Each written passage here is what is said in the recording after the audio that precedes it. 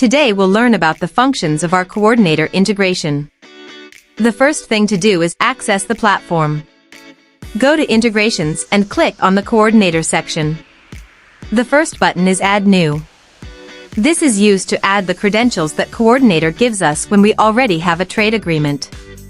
The idea is to enter the requested information.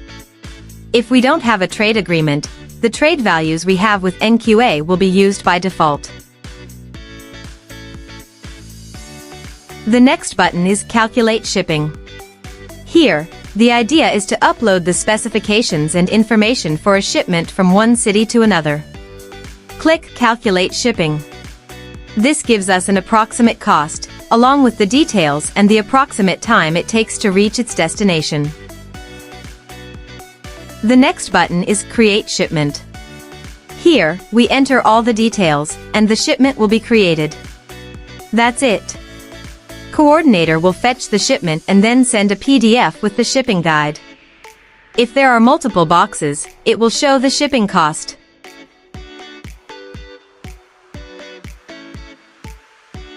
Next is the Schedule Pickup button.